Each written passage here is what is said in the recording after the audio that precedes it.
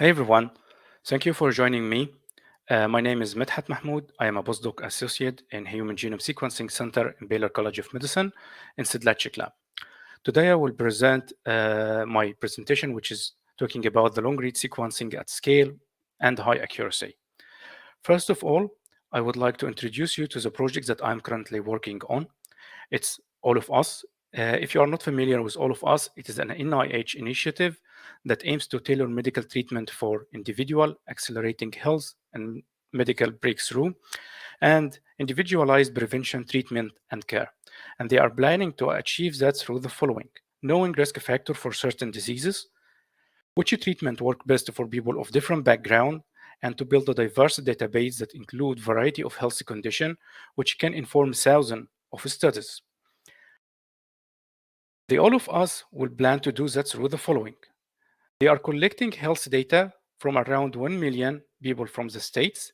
That includes biological samples, health surveys, and electronic health records.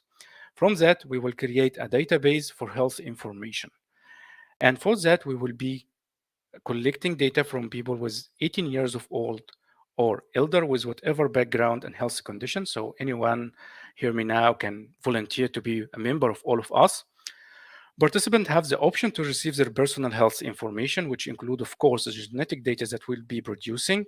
Their privacy is one of the first of our priority, so every participant data will be well protected. And we are planning to continue collecting data and providing access to researchers for many years to come. By now, I think you understand what is All of Us, the aim of it, and what it will be the result from this analysis. However, now we will highlight the sequence or the data that we'll be analyzing. There are different types of sequencing that we will be doing in this project, starting by 2 million sample analysis using chip array, followed by 1 million short read, and for that we will be using Illumina. The last part will be a subset of that using long read for research purpose only. And we will be using Oxford Nanopore and PacBio. And from this on, this is my part of the presentation. The presentation is highlighting the point like, actually, why do we care? Do we really need long read for our analysis? What they will bring to the equation? What is their importance? And to highlight that, I did the following. First of all, SNVs insertion and deletion, they are lower than 50 bits per in repetitive region. What about those? This is specific SNVs and the indels are hard to identify using short read. Short read length is around from 50 to 150 bits per.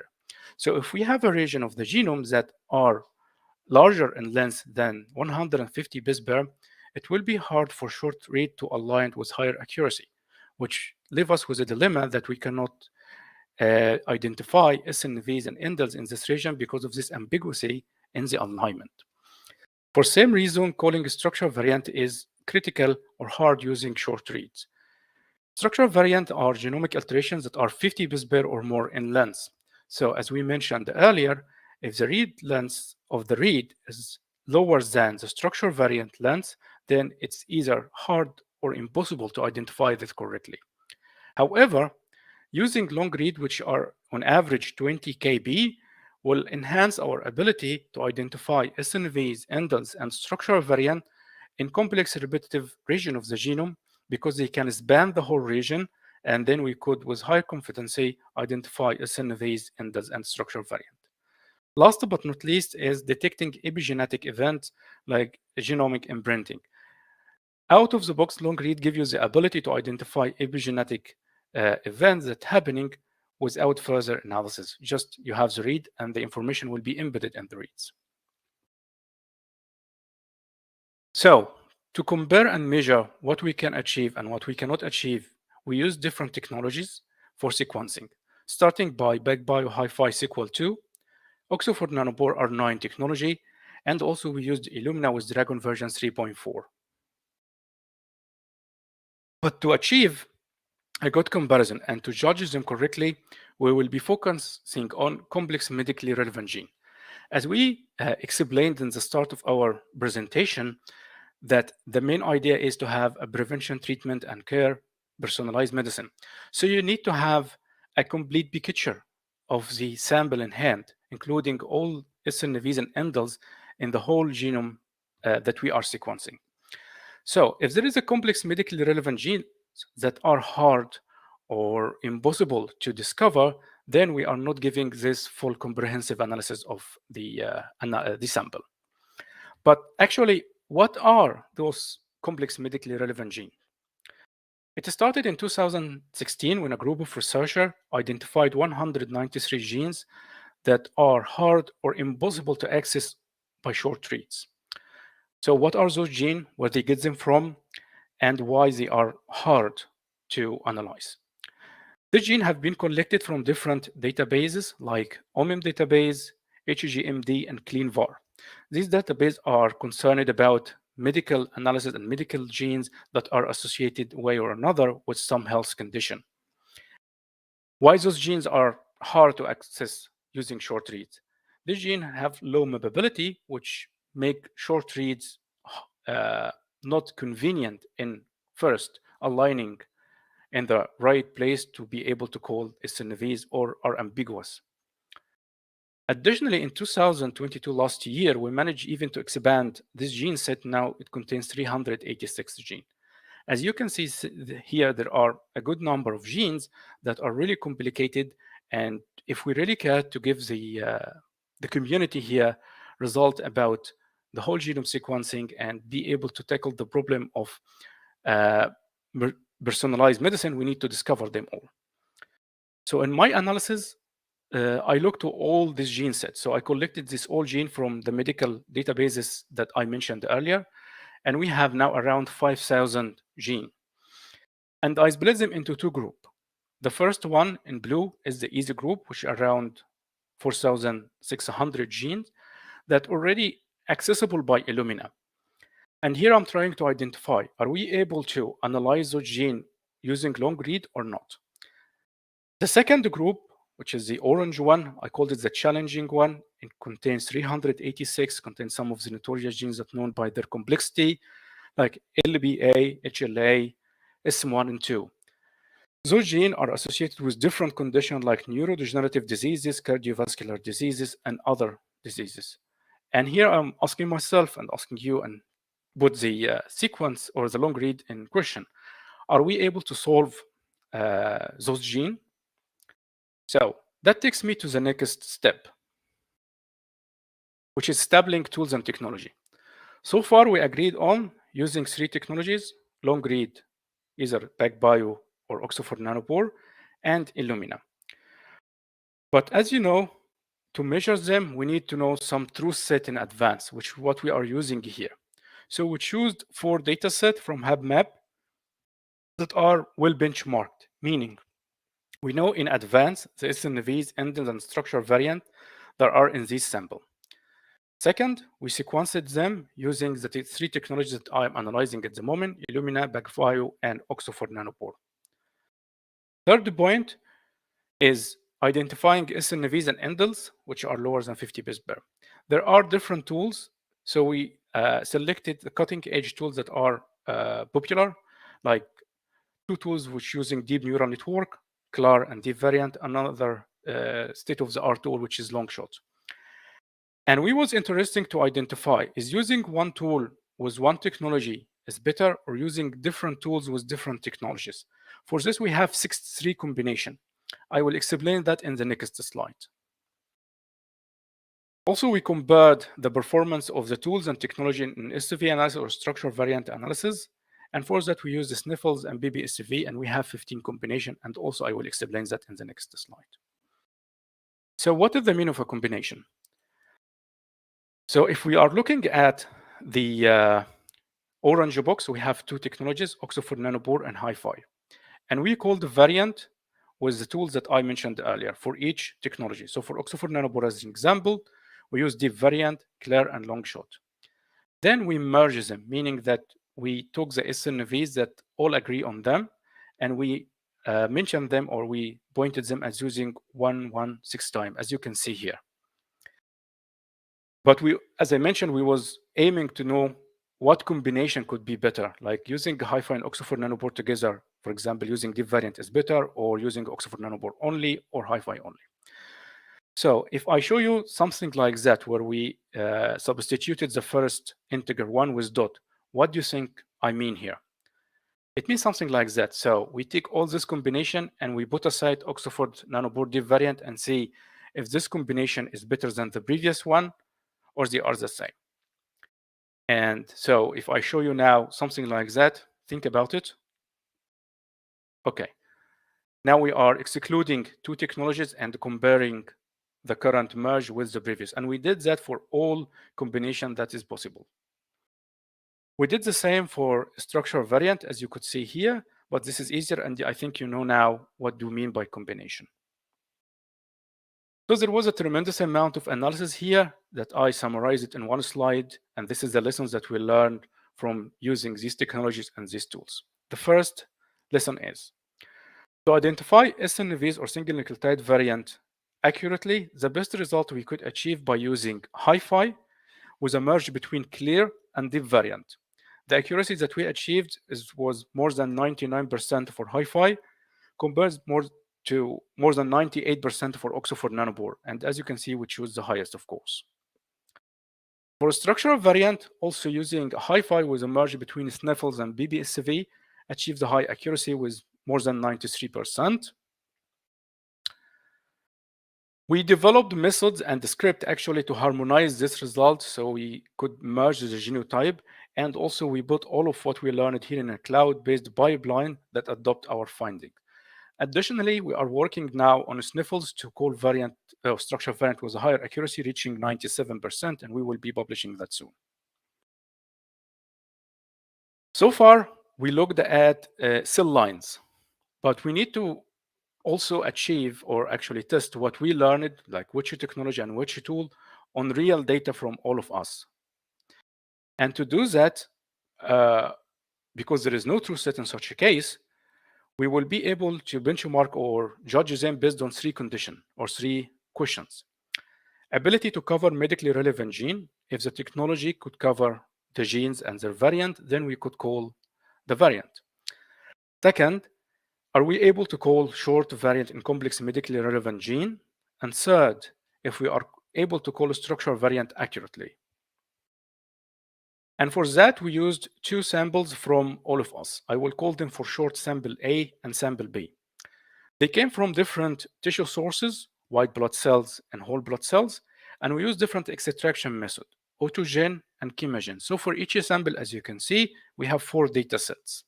So we can measure the performance across different tissues and different extraction method, and to conclude what we can achieve.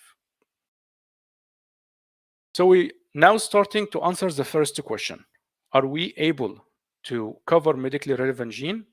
And to answer this question, we will present it in 4 slides to answer 4 things: the genome coverage, average gene coverage, uncovered gene, and the percentage of genes that half of their body are not covered. So let's just start with the first one.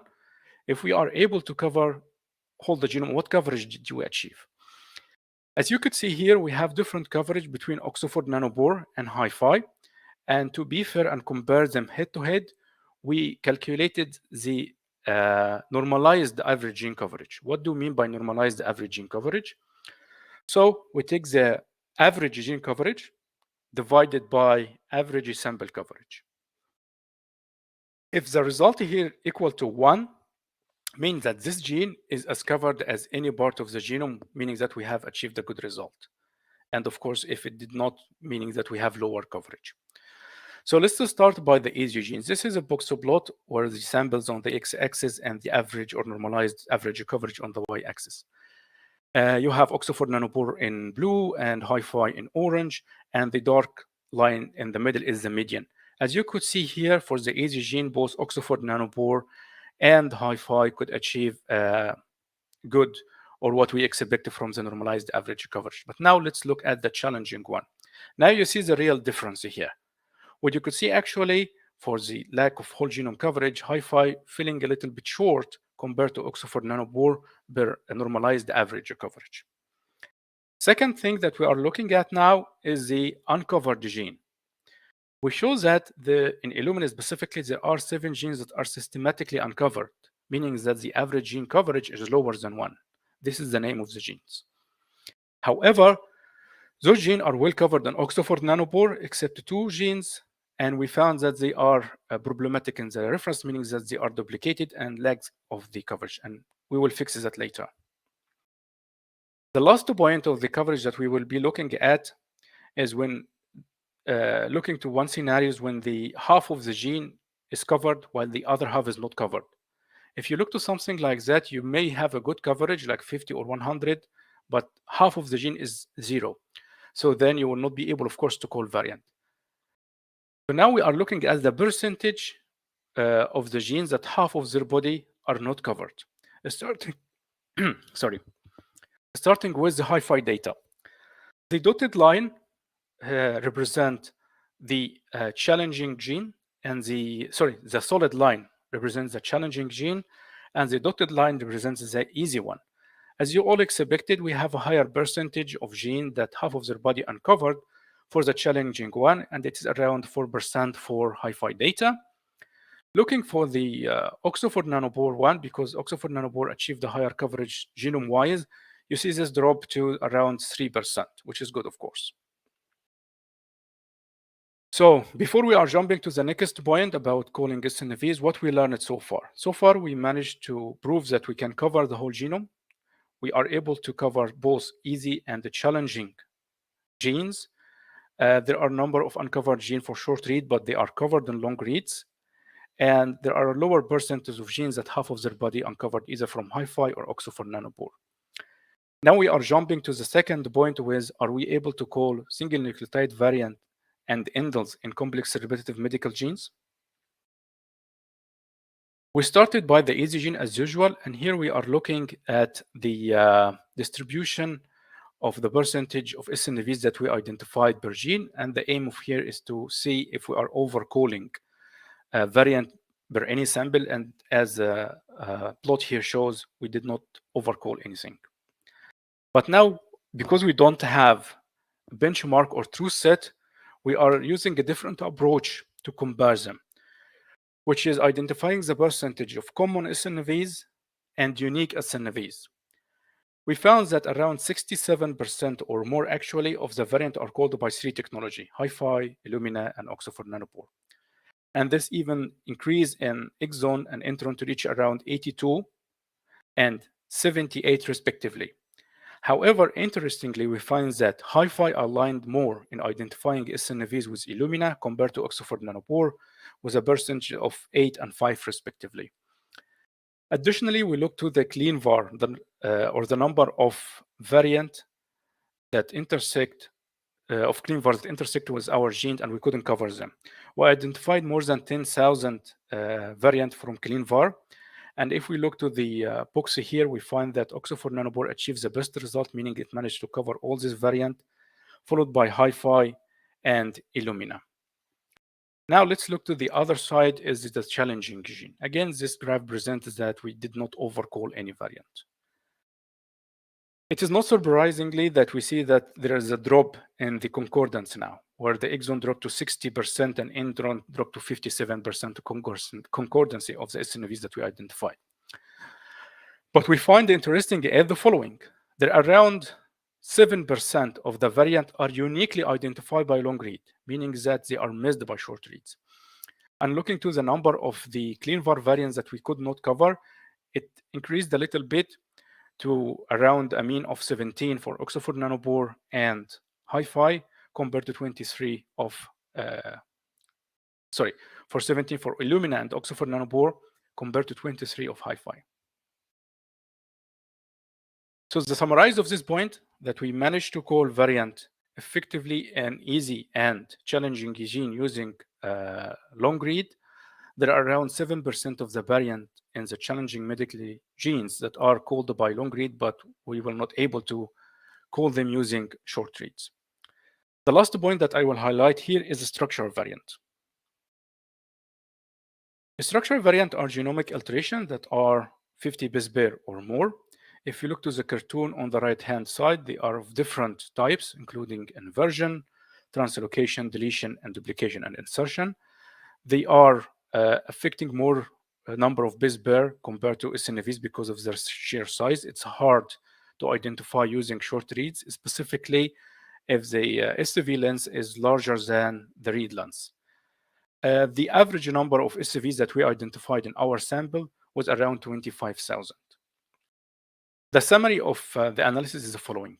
If we look here to the bar plot, the green bar, which is 22%, represents the structural variants that we are identifying using either short or long reads. So any technology could identify those.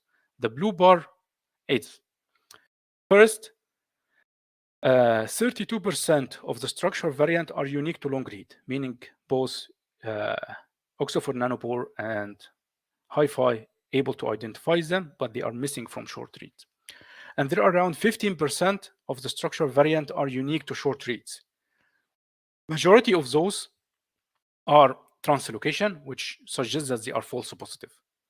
This could be due to the issues or errors in mapability.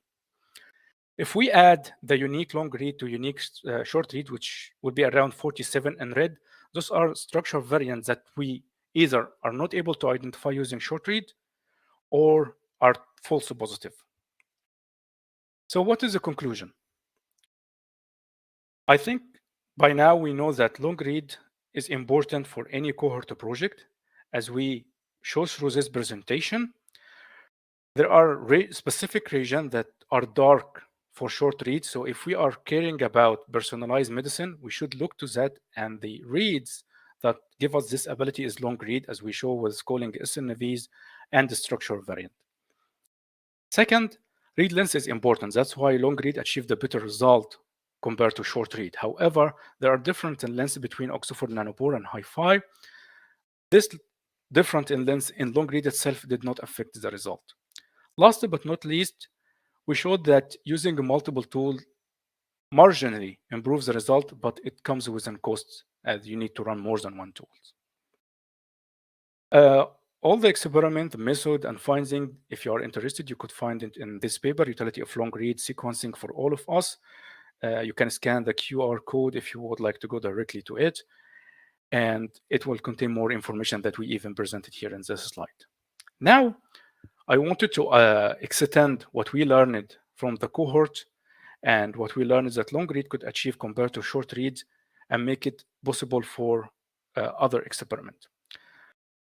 The idea is the following. I wanted to introduce a special panel that aims specifically for those set of genes that we proved that it is hard to solve using short read. And I want to reduce the cost and increase the coverage. By that, if as a researcher you are interested in one or more or the whole set of this gene, you can just use this panel to analyze in depth those gene and get the result. Also, if you have already a short read project with large cohort and you want to complement it, meaning shading the light on this dark region, you could use this panel. The panel is a HiFi panel where we aligned with Twist and PacBio, Twist for capturing region and PacBio for analyzing them. We extended our gene set from 386 to 389. We added 3 genes more like GBA, for example, and we are spanning more than 22 megabases. We found that 25% of the genes that we are analyzing having at least one pathogenic variant from clean VAR. If you look here to the pie plot, this is just to showcase that these genes are involved or associated with different conditions, including neurological condition, cardiovascular condition, cancer progression, immunity. So it's high important to look into those genes. What we did actually is beside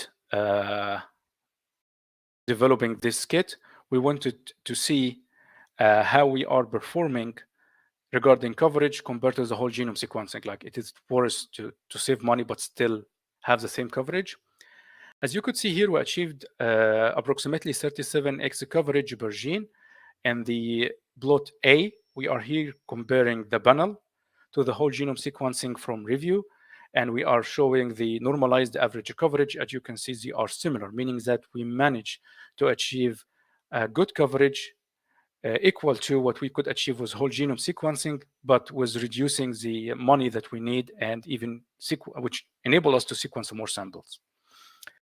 We find that there are 15 genes that are uncovered, either due to reference issues or due to their complexity, and we managed to solve this scenario. Also, we cared about specifically that we are developing a special panel, the GC and AG percentage of gene, and if they will affect the average coverage. As we look in the graph B on the right-hand side, we could see clearly that there are distribution of GC percentage ranging from 20 to more than 75%.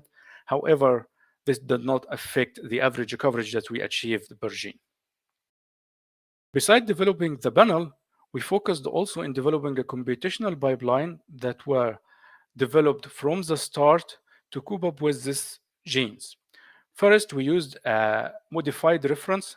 So the genes that are duplicated, we managed to solve them. We used mapping and assembly to get the best of both for identifying SNVs and SVs and phase them together. Additionally, we developed specific tools to solve a complex gene like SM1 and 2 and NCF1C and NAIP. The reference that we managed to fix and use with this sample, with this workflow, is now published, so please take a look. It's called FixItFlex. Here is an example of the importance of using this specific reference. This is an IGV screenshot. The lower panel is a reference. The upper panel is the fixed one. As you could see here, this highlighting untagged reads, like it's colored in the fixed GHR38. However, we could not tag that in the unfixed one. Additionally, there are ambiguous reads in the GHR38 compared to the fixed reference. As you can see, this shows the importance of using this fixed reference in our panel and how much it adds to the analysis. Another thing here, as these are complex medically relevant gene, we care about precision, of course, with recall. As you can see here, we achieved higher precision looking to the x-axis where we have more than 95% average precision, also a higher recall. And when we compare that to the whole genome sequencing in orange, we find that the results are similar or intersecting. SNVs and indel benchmark, we achieved a higher accuracy, around 97% compared to 98% for whole genome sequencing, as we can see here in the bar plot. Also, this value increased when we are focusing only in exome sequencing or exome region, from the gene. For the structural variant, we also achieve a higher result around the 95% compared to 97% from whole genome sequencing. So this is how important we are by reaching to a higher accuracy for SNVs, indels, and structural variant using just the panel and reducing the cost. And to put that into test, we analyzed 12 samples using only one smart cell. So we wanted to showcase if we are able to expand and use the panel on scale and how much accuracy or what's the accuracy that we could achieve. As you can see here, we are comparing on the left-hand side, the number of genes that we managed to cover, which are around 99%. And also on the right-hand side, we are showing the percentage of read and bases on target, which are ranging from 94 to 50%, which is a higher rate. The second part here, we are showing the single nucleotide variant and indel accuracy. As you can see here, through all the samples, the 12 samples that we managed to sequence with one fluke cell or one smart cell, we are reaching to around 98% of accuracy. Additionally, in this plot here, we are comparing what we could achieve using the HiFi panel compared to the true set and the whole genome sequencing, either from HiFi or Phylum Illumina. This is what's called an offset plot. It's a fancy way of intersection. So if we look to the colored bar, if you have dots that are dark, like for example, the blue bar, you'll find all the dots are darkened. This shows that there are 82% of variants that are called by all the methods, including, of course, the panel. If we look to the red bar, it's using the percentage of variants that we couldn't call by the panel, which is around 2%, which is around 400 SNVs and indels. However, looking to the orange one, which is showing that around 4% of the variant are called by using long read, but are missing by short read. So actually using our panel, will align or will have a higher consistency with other technology, but even could call variant in complex genes that we couldn't call with other. Looking lastly to the green bar, which is represent around 1% of the variants that are called only by using the panel. That's because we are using a mixed strategy between mapping and assembly to get the best of both. This is how high we could reach with this panel. Looking to the last one, this is the SNVs. Using the 12 sample, we have an homogeneous amount of structural variant, around 1,100 SNVs that were identified by all all samples that were identified in all samples by the panel. Lastly, I would like to thank all my collaborators for both project, and I would like to thank you all for joining me in this. Thank you again, and have a good day.